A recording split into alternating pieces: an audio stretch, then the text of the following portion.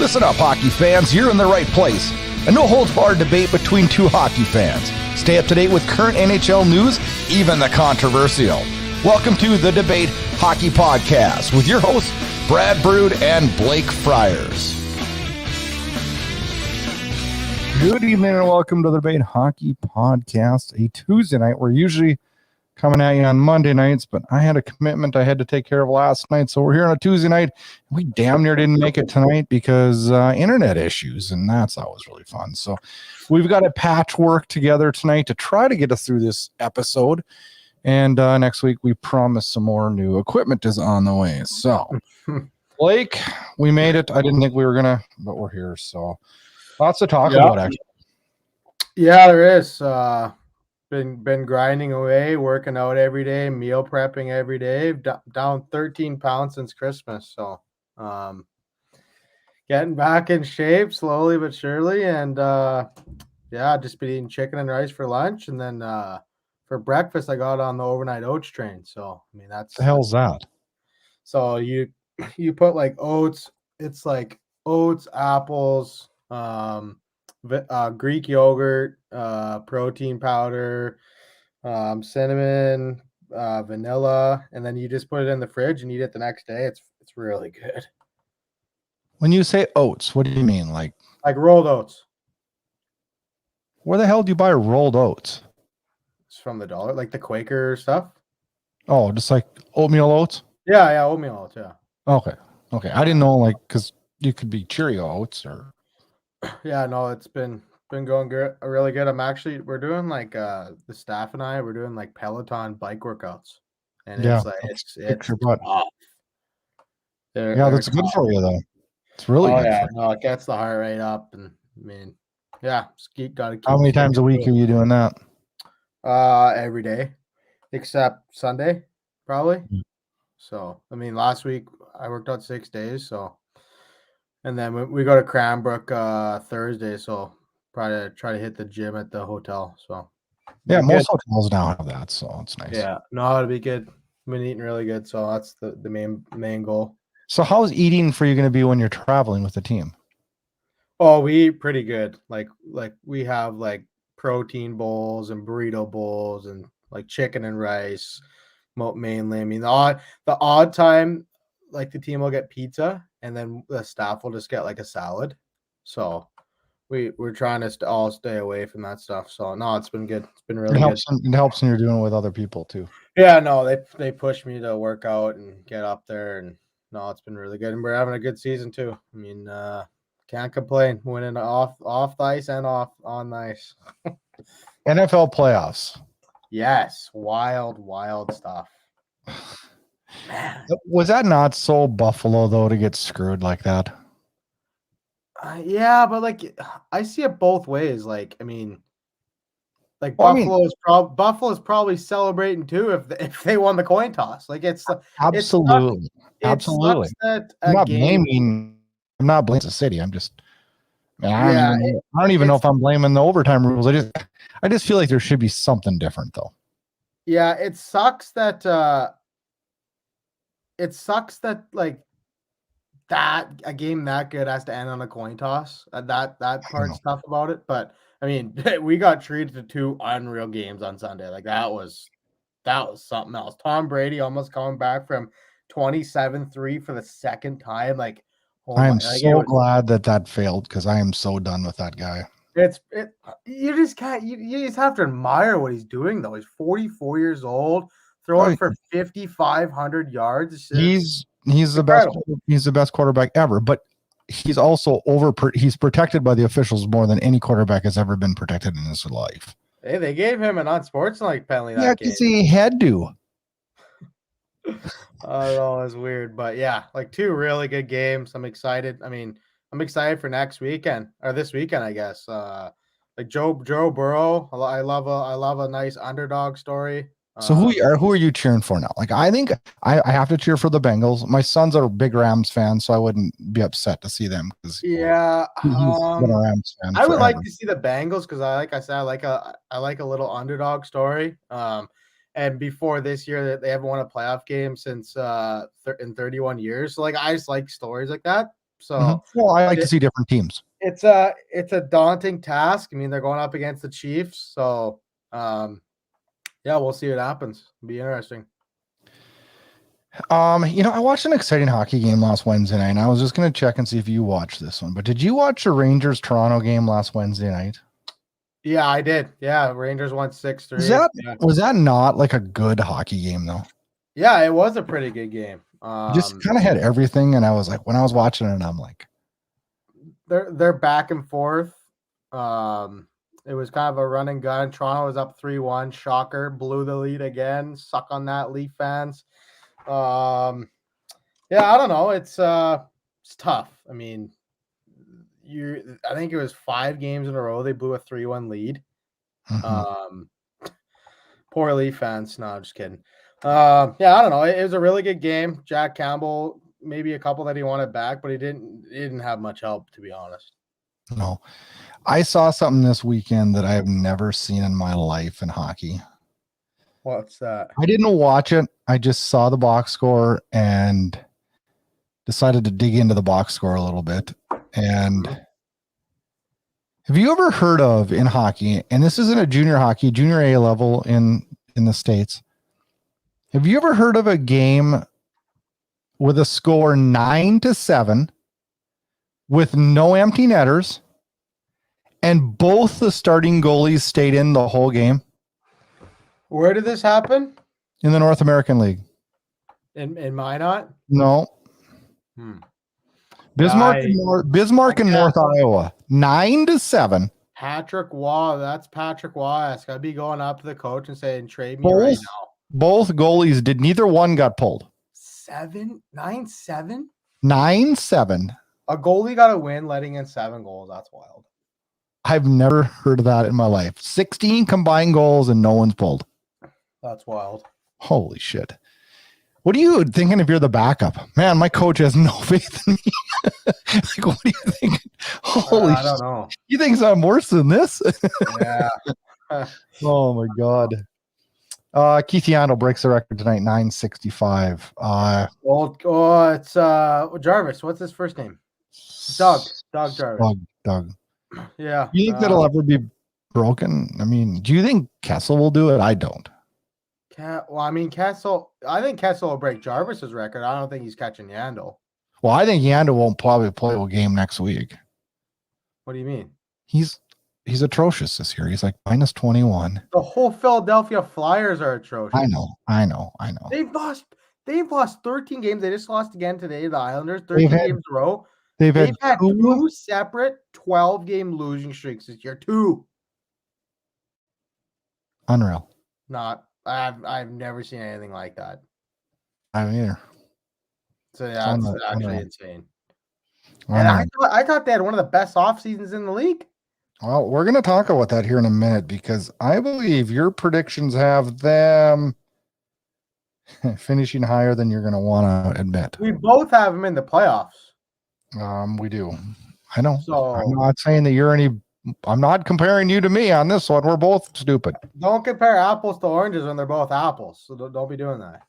Oh, but wait till you hear a couple of your other ones, though. All right, it's going to be a doozy. First, we're talking on the show about the Edmonton Oilers and what's going to happen with the Oilers. What direction is that team going to go? We'll talk NHL midseason report cards, go around the league, assistant GM and GM just hired in Vancouver, Carolina Twitter, questionable hits, goalie depth, and some league guideline changes.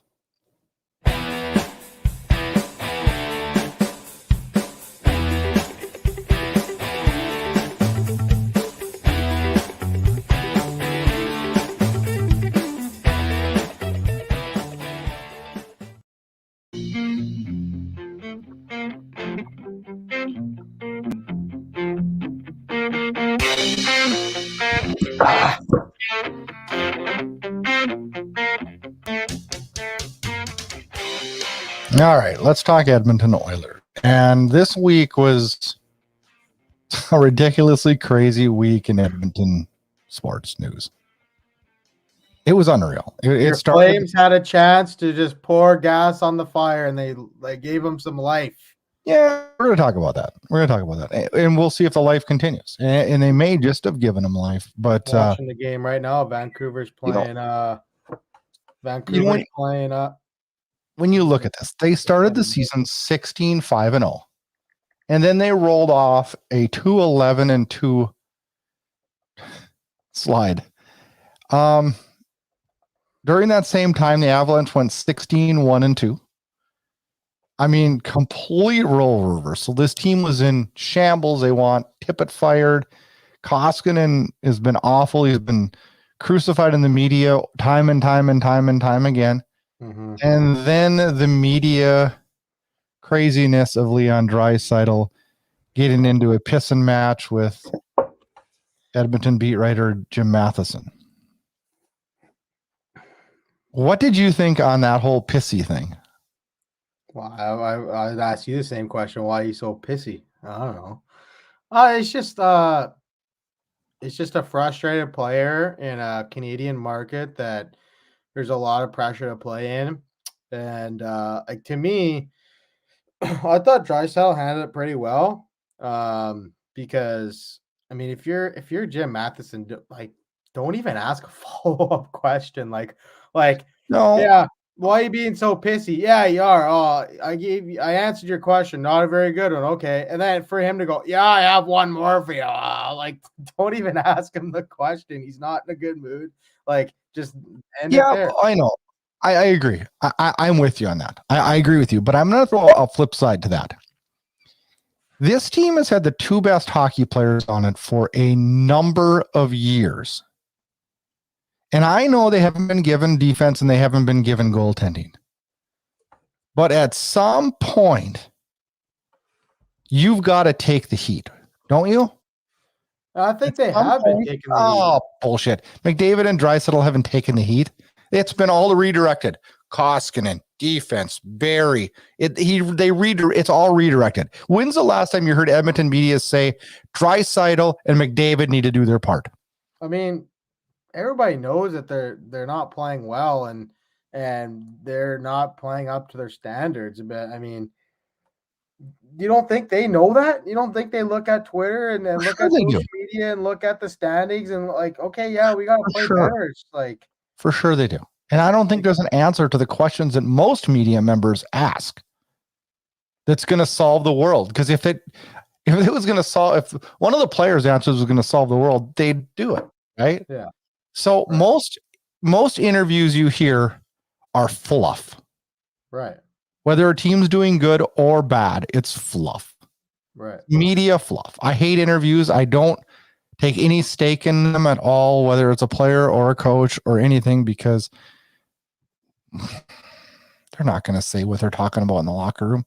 And then so funny, I think it was after the 7-0 loss to Florida, and all the attention was on the media. What are they going to ask the players today? First question out of old what's his name's mouth. So like, take me inside the locker room. Like, what's being said right now? No player is going to tell you what is happening in the locker room. Like, what a bozo question. Blake, you do this job. I would never ask that question. That is the number one question not to ask. So would you just forward out and just throw softballs at him? I'm just saying. I honestly don't know what I would say, but that certainly ain't it. I mean, but and I'm not knocking your interviews. I'm not knocking anybody's interviews because we've all been there. But when you ask players questions and you see these post-game interviews and stuff, they're a joke. Like they're a joke. The questions you ask, questions I ask, the questions everybody asks in post-game interviews are jokes. And it's almost like the Oilers media was just like timid to ask. They're mad. They're mad. This media group is mad because they have the two best players in the league in their organization, and they're still reporting on 10-game losing streaks.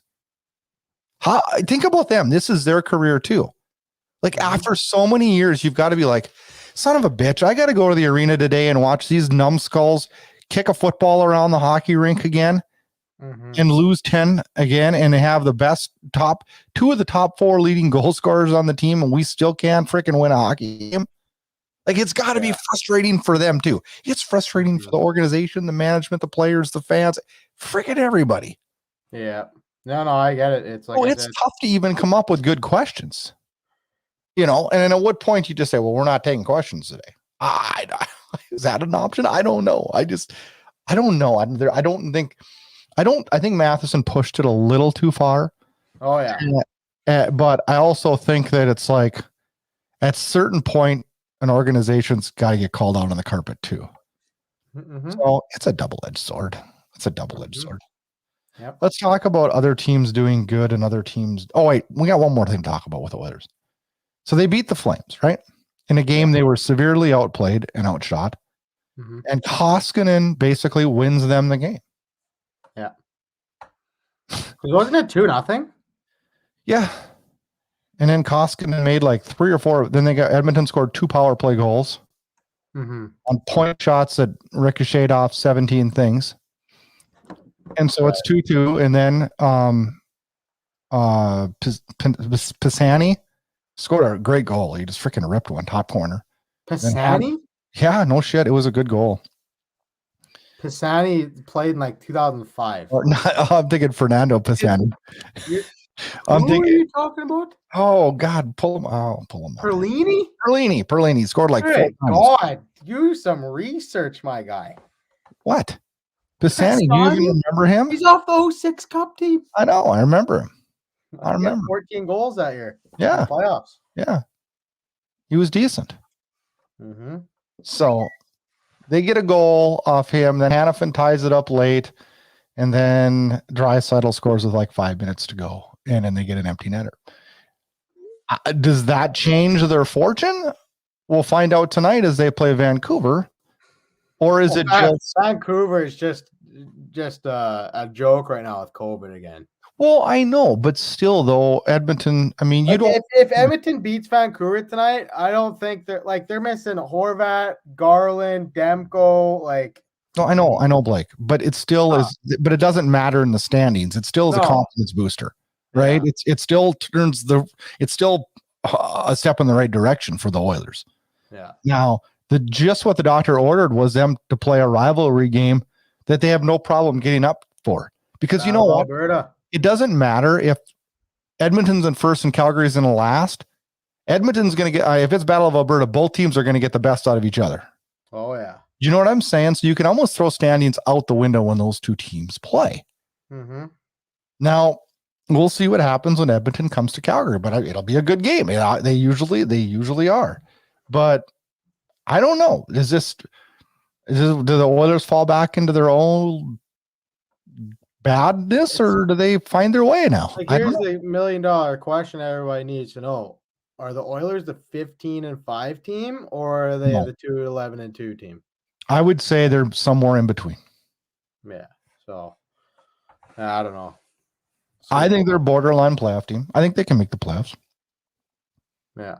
I think it's going to be a battle between Calgary, Edmonton, and Vancouver. I do. Yeah. I'm not saying all 4 of those may not get in there. I guess we'll talk about that in a second, but I don't know. Let's roll into that. Midseason report cards. I can't believe it's midseason now. Some teams it's not quite midseason because some teams are, still 5. Well, the Islanders are 8 games behind the Rangers.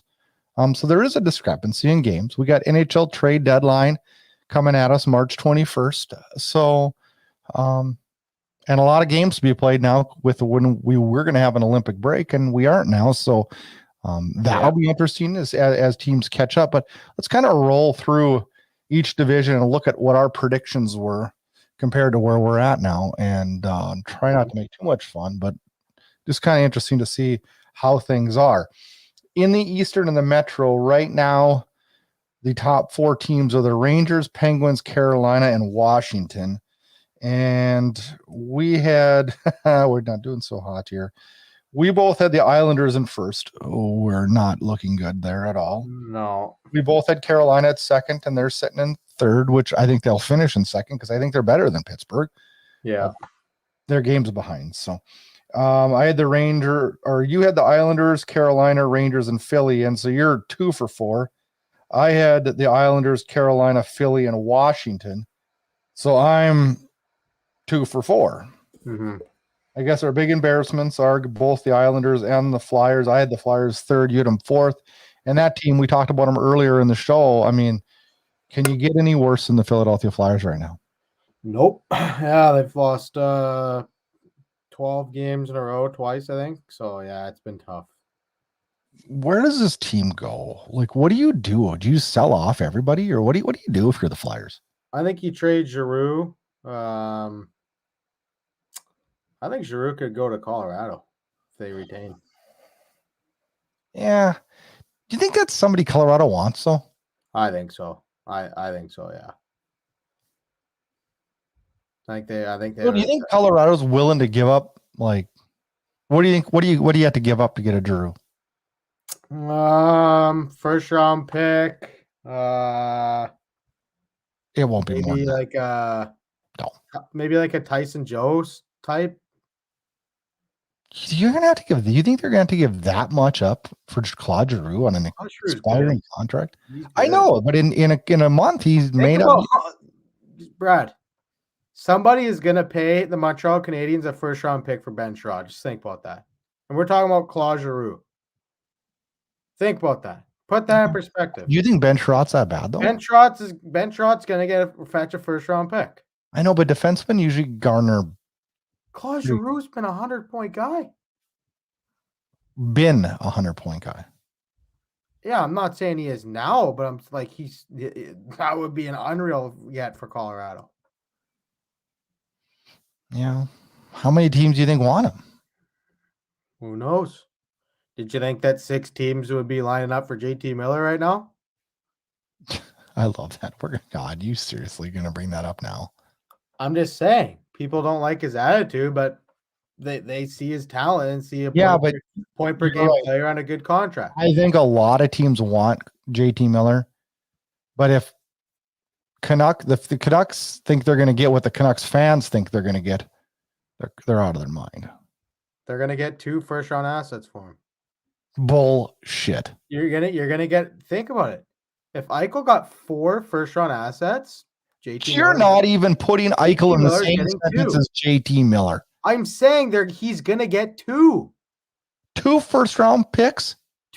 Are you like a first-round pick and a top prospect? Yeah, you're out of your stinking mind. No, I'm not. Watch when JT Miller gets traded for a first-round pick and a top prospect. I'm gonna just say I told you so because it's gonna happen. Would you pay a first for Ben Sherrod?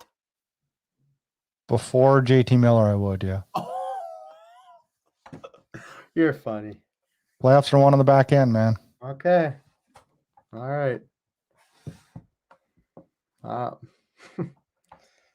What has JT Miller done lately? Been a point a game guy since he's gone to Vancouver. What do you mean? He's got 39 points in 39 games, Brad. And he drives the whole offense. So why is Vancouver going to get rid of him? Because their window is not to win right now. What's their window to do? In 2 to 3 years. Their window was last year, you told me. You were like gung-ho, ready to win the cup last year. No, I was not. No, but JT Miller was a piece to win the cup. Yeah, now he's going to be almost 30 years old, and he needs to get paid next year. And I don't think the Canucks want to pay him $7.5 million. I don't. So they're going to trade him and get something for him, and you get assets. Yeah. Another team we were both wrong on in the Metro is Pittsburgh. I had Pittsburgh in 6th, and you had them in 6th also. Why is Pittsburgh proving us so wrong? I didn't know what Jari was going to be this year. He's good. He's very good. He's probably a top 10 goalie. They just got Gino back, and he's just looks like he hasn't missed a beat. Like who thought that a 1-year, $1 million Evan Rodriguez deal would just be the best deal of all time? He's fun to watch too. That might be one of the best signings of the year. Oh yeah. Who would be better? Can you think of one? I think he's almost got 20 goals. He's been very, very good, and he's a fun player to watch. And Yeah. I don't know. I mean, this team was kind of put out to the pasture beginning of the season. And they've done a lot of this year without Crosby and Malkin even. Yeah. Yeah. No, like guys like Ross, Gensel was hurt for a long stretch. I mean, it's just a bunch of guys kind of thrown into a blender and like they just figure out a way to get it done. Credit to who is their head coach? Sullivan. That's how bad, that's how irrelevant it is. We don't even know their coaches anymore. Isn't that something? Gosh. Yeah. Let's move on over to the Atlantic and talk a little bit about that. Is we're not too far off on this. We both had Tampa in first, Florida in second. They're both right there, tied for first and second. So we're not too far off. We had Toronto in third. We're looking good in this division. Yeah. We both had Boston in fourth. We've got this nailed so far. I had Montreal in fifth, which that was a disaster. You had them in sixth. So I had Ottawa in sixth. You had Ottawa in fifth. That we're both wrong on those two pretty heavily. And then we both had Detroit, Buffalo bringing up the rear, and we're not too far off there. They're still pretty bad. Detroit has been a lot more. I don't know, it's a lot more better. That's a horrible. They're a lot better than we expected. They're better than we expected, but they're a lot more exciting to watch than I ever anticipated. Yeah, like we kind of figured they would be like decent, but I didn't think their young guys would be good this quick. No, I didn't either. Like I predicted Moritz Seider to get 40 points this year, but I didn't think Lucas Raymond would just burst on the scene like he has. They're way more impactful than I ever thought. Mm-hmm. You know. Yeah. I don't know. Let's talk Central Division in the Western Conference. As it sits right now, Colorado in first. We both had that correct. We were wrong on second. We both had Winnipeg. Winnipeg sitting in sixth right now, losing again to Florida tonight. They lost, 5-3. Yeah. I look at this roster and I just don't get it. I don't get it. I don't understand why this team isn't better than what they are. We both had St. Louis in third. They're in second currently. We had both had Dallas in fourth. They're in fifth right now. I think Dallas falls off. I do. What place they in? They're in fifth. We had them in fourth. Yeah. I think Dallas falls down. I do. I don't know how much further they can fall down. They're not going to fall down to Chicago, Arizona. No. But I still think Winnipeg finishes ahead of them. I do. I don't know why. Yeah, Winnipeg's too good not to sneak in. You know what I mean? Like Minnesota's. Well, Winnipeg you look at their depth and it's like they check all the boxes. They have great goaltending but I don't know. They can't put it together this year for some reason. Mm-hmm. They just can't get it done. And I don't understand why. I watch them, seem exciting. They seem dynamic. But they find a way to lose. And I think that defensive problem that we talked about a lot last year that surprised us so much last year is haunting them this year. Yeah, like they have such a good group though. It's like they almost leave you just wanting more. Mm-hmm. Like yeah. They got a really good top nine. Like they got one of the best goalies in the league, and like it just doesn't make sense why they lose so much. Their fan base has got to be pulling their hair out because like gosh, you couldn't almost build a better team, and then it's like it's all homegrown too. I know. All homegrown. Cop.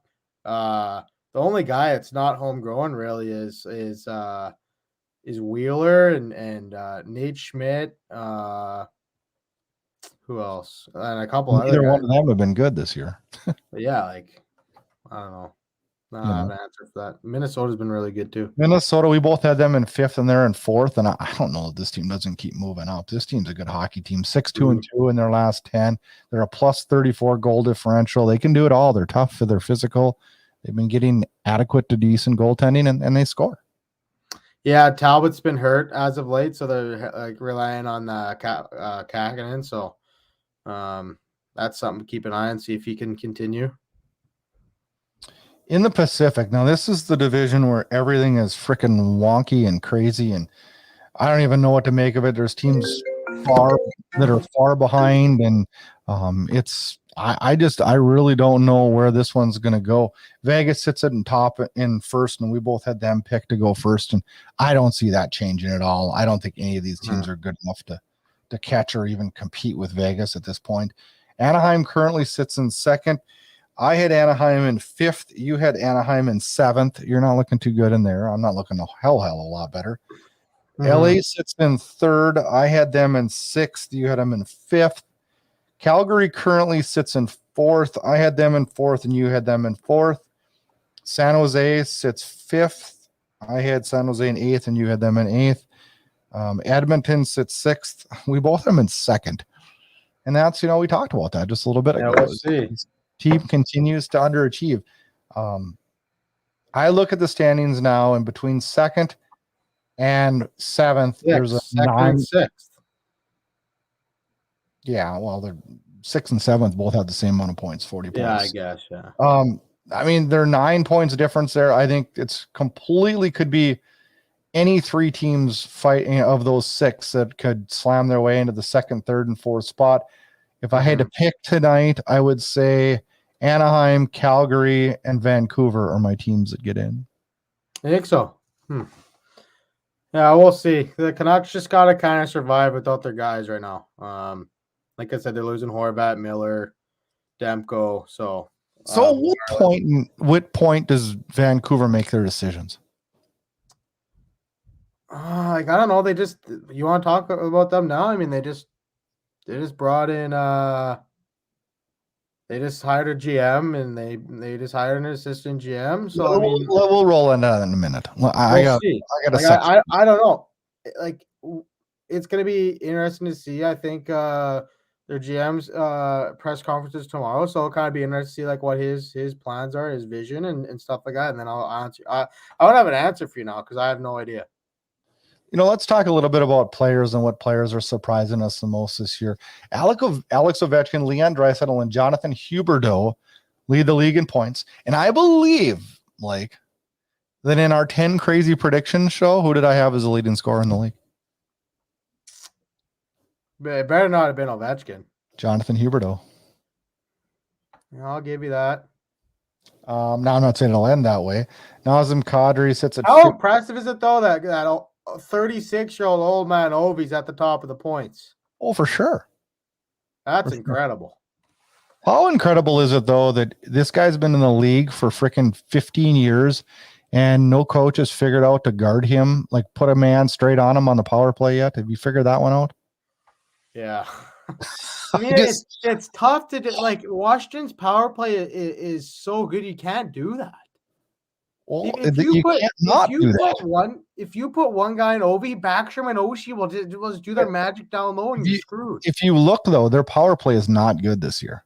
It's not, but it's not good. If he gets going and that power play gets going and he starts scoring, holy hell, how many points does he start scoring? He has all their power play is junk this year. If Ovi keeps scoring at this rate, he might break Wayne Gretzky's record this season. Yeah. You still don't think he's breaking her, eh? No, I don't. You donkey. I'm not saying he can't. I'm saying I just think something was going to happen where he won't. You're a donkey. I don't. It's good to see Steven Stamkos back up in the leaders of the points. I didn't think I'd see Timo Meier up there, but he is. When you're scoring 5 goals in a game, geez. In goals, it's cool to see Troy Terry up towards the top with 23. Chris Kreider leads the league. Did you see that one coming? Because I didn't. No. Alex DeBrincat, 24 goals, and rumors flying this week that he could be on the trade market for NHL trade deadline. I don't see that happening, but you never know. Thomas Hertl, another name up towards the top at 21 goals. He could be on the move. Lots of interesting stats for players this year. Vasilevsky leads the league in wins, Markstrom in shutouts, goals against. Toronto, Frederik Andersen leads it. He's not in Toronto anymore, but but Campbell's been just as good. Yes, he's been really good too. So but it's not too much. You know what I mean, though. It seems like Toronto fans always figure a way to blame their goalie. You ever notice that? Yeah. That always kind of goes back to the goalie. It's like, oh, wait a second. Vancouver is the same way. They ran the longer right out of town. How about UC Saros? Is he a guy that shocked you? He didn't really shock me, to be honest, because he's just so athletic and he's just Yeah, I know, but we both He's had. you know who he reminds me of is Jonathan Quick when Quick was young. That's who he reminds me of. Just the way he moves in the net, and he's undersized, but he's so quick. But Blake, we both picked Nashville to finish horrendous this year, and we both. I just didn't like. I liked their goaltending. I just didn't like up front. I don't know. I don't know. Interesting to see how it all works out. Our predictions weren't horrible this year, but not great either. So we'll see how they pan out as we head into the playoffs.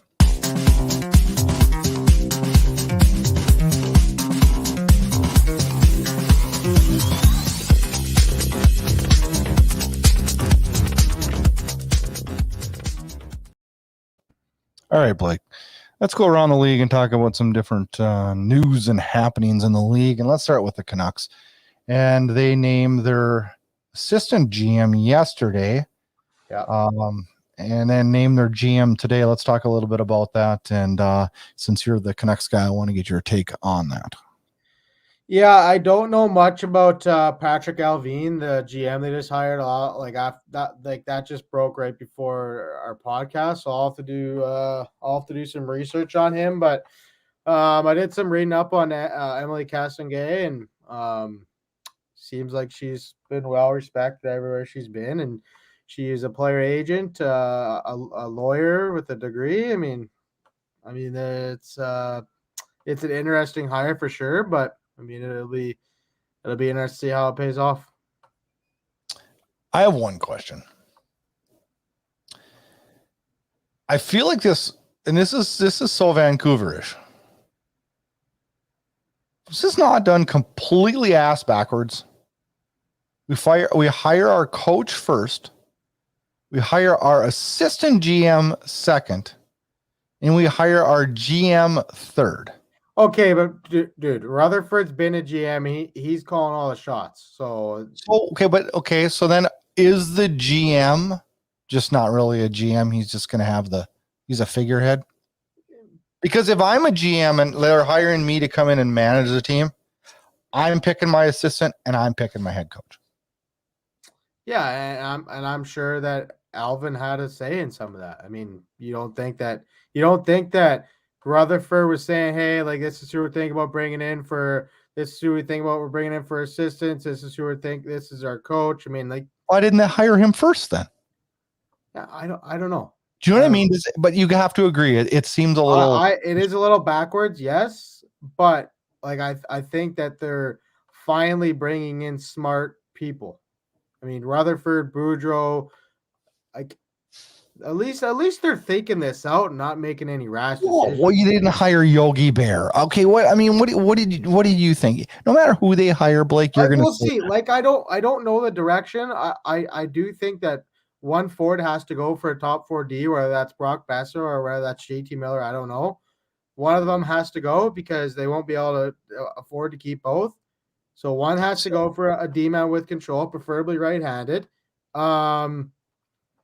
Like, do you trade Besser? You got your top D man last year in Ekman Larson, right? Yeah, we need some help on the right side, though. So how much money are you going to stick into your D?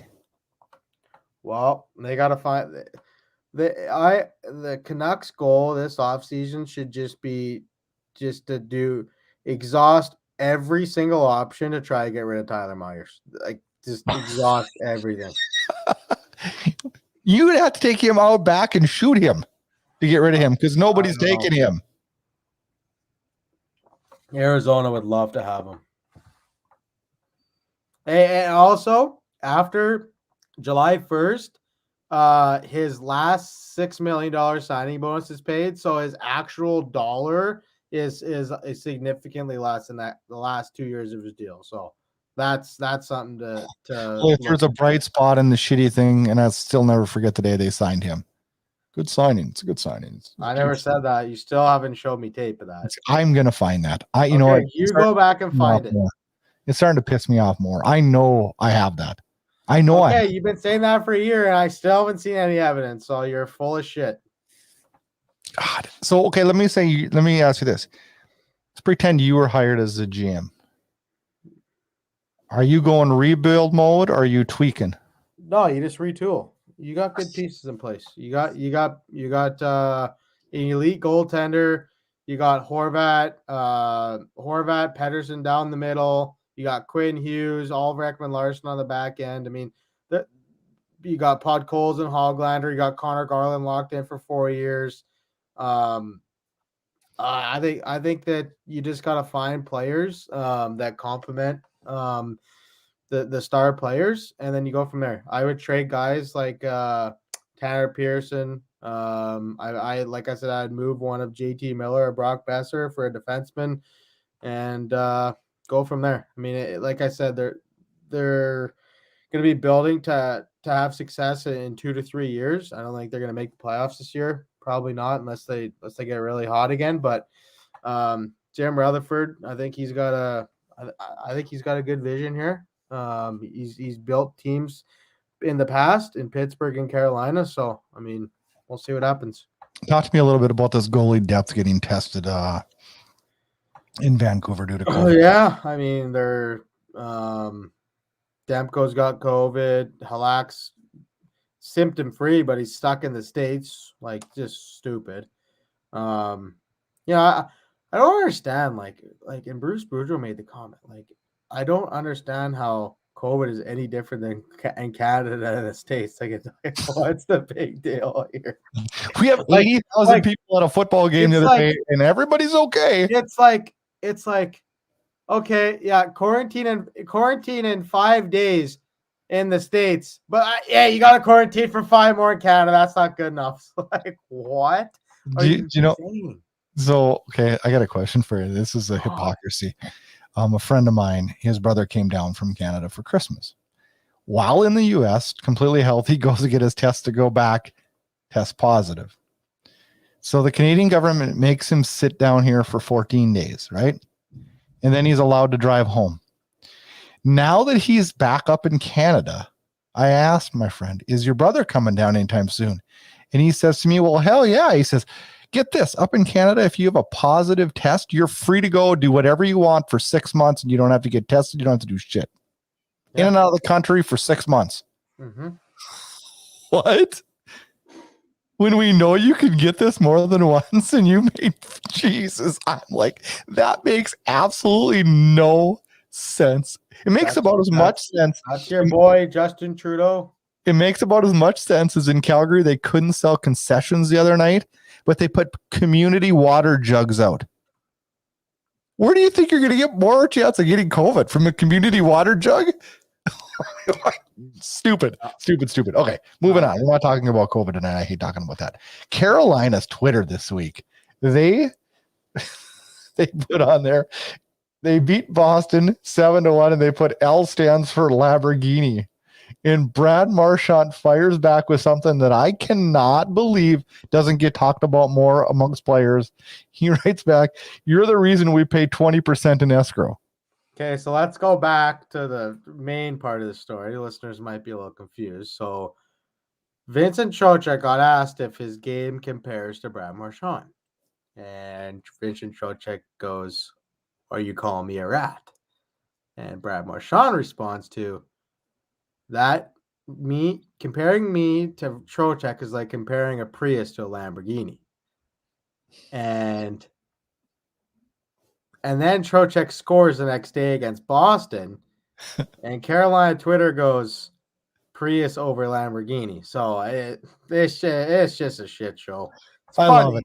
It's good comedy. It's good comedy. But it's funny. Did you see Calgary's? It was Justin Falk says he's. Yeah, I can understand why they need to get out of Canada quick. I thought that was kind of funny too, from a Twitter that's pretty boring in Calgary. Yeah, that might be the first funny thing they posted in 10 years. It was clever. I mean, I don't know what Calgary did to piss him off. Like, Jesus. Oh, it wasn't Calgary, but he just doesn't want to go up to Canada because of all the bullshit. No, I know. But St. Louis looked pretty good against Vancouver. Then Calgary blew the damn doors off them. You see what shots were last night? They were in the end of the second period. Shots were 41-9. For who? Calgary? Mm-hmm. After 2 periods. I don't know. I it's crazy.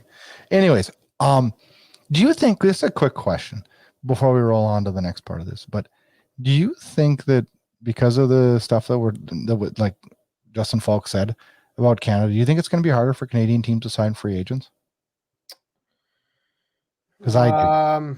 I do. I mean, it's always tougher. Harder. It's always tougher because of the taxes. I mean, well, and then the pandemic, the way they've handled it, just adds gas to the fire. I mean, it's there's some great markets in Canada, but I mean, I don't know the way that the taxes are here. It's kind of insane.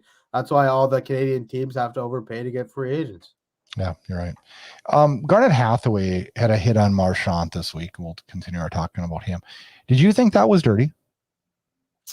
Are you talking the one in the nose? Nope. Marchand kind of was right around in the corner of the zone corner, and Hathaway caught him. And Marchand left the game with an upper body injury. Did play the next night. I didn't see that. No, I have to go back and look. No suspension, no fine. I didn't. It was slightly questionable, but the one I couldn't believe was, did you see Jonathan Drouin freaking cross-check Sagan in the face? Yeah, he got fined $5,000 only. Now, how about this? If that's not a suspension, though, holy shit. How about this? Did you see what Aaron Dell did to Drake Batherson today? I didn't see it. I heard about it tonight. I have to watch it on the highlights. It is so bad. And Drake Batherson's out long term. Like, so Drake Batherson, Aaron Dell's to the right of his net, okay? And Drake Batherson, like the puck, Aaron Dell doesn't have the puck, okay? He's on the corner of his crease, watching his defenseman go by and that pick it up. Batherson, I think it's Dahlin behind the net going to pick up the puck. Batherson's right on his tail. And Dell just sticks out his elbow right to Batherson's face. And he goes in the board's feet for it. Was so dirty. It was so dirty. Did anybody go after Dell? I don't think so. I'm like, what? Your best player on your team gets cheap shotted by the goalie. Goalies want to pull that shit. Teams will just fucking start running them. Running goalies. I know. And you know what? The thing is, refs will quit protecting them. Because it's like if the goalies get protected so much, and I'm a big goalie guy, and I'm all for like if the goalie's in his crease, like you can't touch him. Like that's his spot. That's his spot. And behind the net, not in the trapezoid, you can't touch the goalie. But and you don't start doing that shit. Like, but when players start getting laid out by goalies, then look out there. Oh boy, it was bad. You gotta watch after. If a player does that, he gets suspended. It'll be interesting to see if Dell gets suspended. I hope he does. It was dirty. Yeah, it was so dirty. Two quick things, and we're going to roll on into three questions. League did change some things. We're going to get some schedule stability. The new announcement for the makeup games has been posted. Lots of teams with lots of games coming up, so it's going to be busy. Some busy nights watching games on TV and getting out to the arenas because it's action packed from here on out. And it also was announced that the NHL will no longer test asymptomatic players after All-Star break. Hallelujah. Thank God. Common sense finally starts to reign. All right, Blake, you ready for three questions? Let's do it.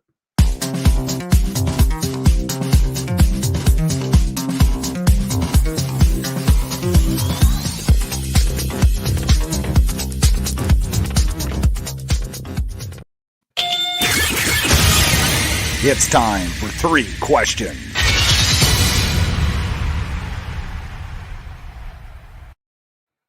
My turn to ask the questions this week. Question number one, Blake.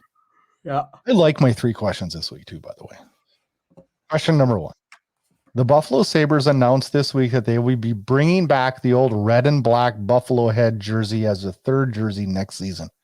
Is this a good move, and do you like this jersey? That is a great move, and I hope it is a step that they make those their permanent jerseys. Oh, God, Blake. No. I love the blue, the way they have it now. I love their jerseys right now. It's you don't classic. Like the red? I do. I think it's a fine third jersey.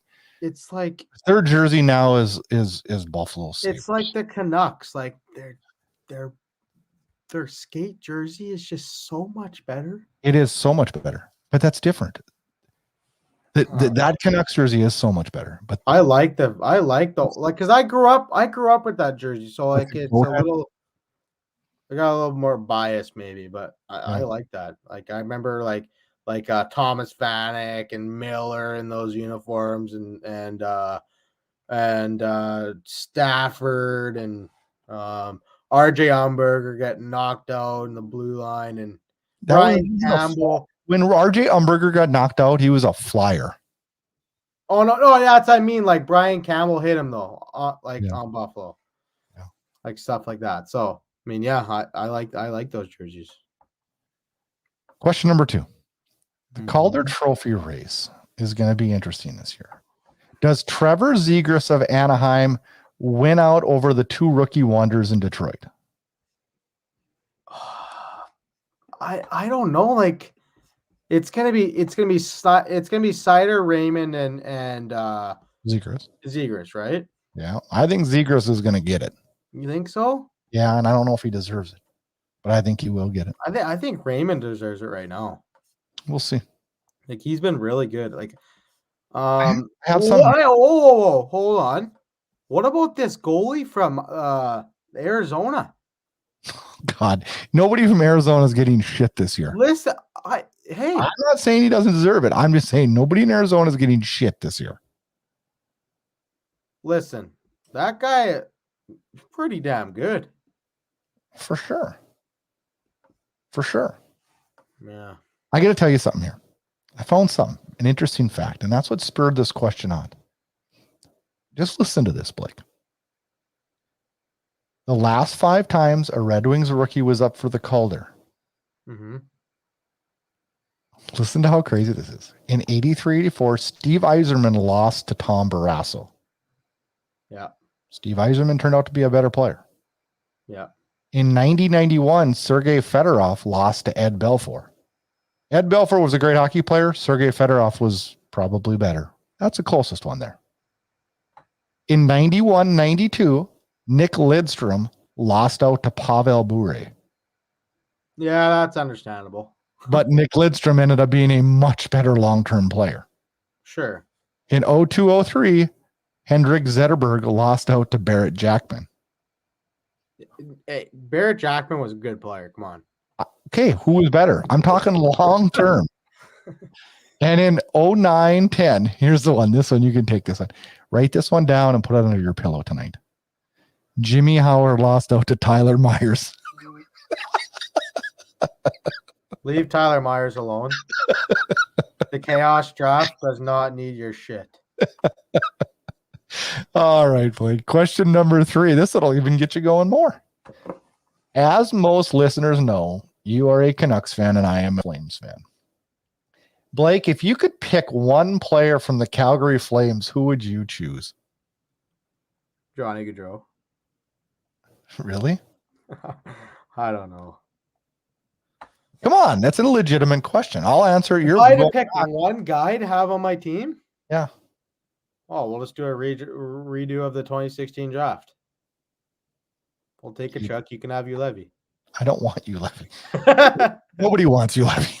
Florida did. Come on. Did you see Ulevy the other night when he played when Florida played Calgary? In the first shift out, Ulevy blew an edge in the corner and just smashed his face into the boards. He stands up and the puck comes right to him, and Lucic drills him. He goes off to the bench like, holy shit, what just happened to me? Okay. Who would you pick? Who would I pick from the Canucks? I don't know, JT Miller. Calgary's rumored to be interested. I wouldn't be upset. Jacob Pelche in a first, and you can have him. You're not getting even close to that. I wouldn't mind JT Miller. I don't know. My heart says Brock Besser because I love Brock Besser, but he would not be the best player to get. Probably Bo Horvat. Yeah, Bo's good, really good. I just think he's more complete. Yeah, he's such a dominant center. All right, do it all. Wins a lot of draws and kills penalties. I listen. Plays the bumper so well too, which is such an underrated spot. My listener question this week was kind of a question I morphed out of 2 questions on Facebook. What is your biggest pet peeve in hockey? when people talk during a live game. Oh, I just thought of a new one. Blake. Drives me in fucking insane. I sat with my sister one game and she fucking asked me, "Who's that? Who's that?" Oh, I Who's don't this?" like that either. Oh my god! It's like I think shut the 80% of the people that go to hockey games don't even watch the game. Just sit there. Don't go on your phone. Oh, Maybe you go on your phone during like intermission or whatever. yeah. Or TV timeout. Oh my god, it drives me insane. You want to know? I have 3 of them, Blake. I wrote down 3 of them. My number 1, idiots who bang on the glass. Don't understand that. Yeah, they pay good bucks for those though. I just don't understand that. Number 2, it's a pet peeve of mine, is watching road teams wear white for jerseys. I hate that. And then it bothers me that you can ice it on a penalty kill. It'd be interesting if like. Have you ever in any sport ever before been able to commit a penalty and then have another illegal act okayed while you're, this doesn't make sense to me, but banging on the glass freaking pisses me off, man. I hate it. God. It bothers me. Well, I'm glad we got tonight's show in. I didn't think we were. We're back next week. Monday night is our normal night for the show, and that's what we're going to do. Blake, I know you got a jam-packed week as you head on the road for a road trip, a home game Wednesday night, road trip Friday, Saturday. Good luck at that. Thank you. We're in the dog days of January, man. Finally, though, we got consistent NHL action every single night on TV. Sit back, stay warm, stay healthy. Can we quit saying that? Don't stay healthy. Drink a beer, watch the hockey game, have a good time. Enjoy this week's action. We're back next week to talk a little bit more hockey.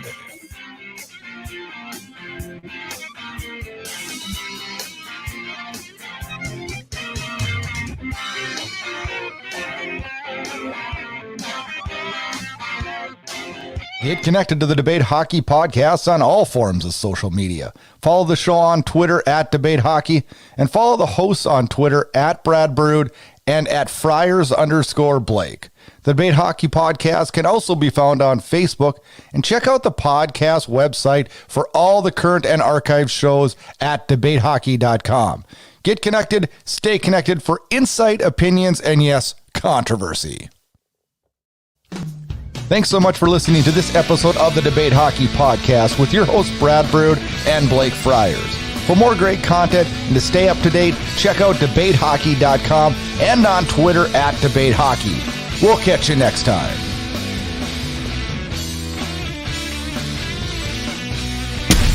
This episode of the Debate Hockey Podcast was copyrighted and produced by the Inside Edge Hockey Media Group.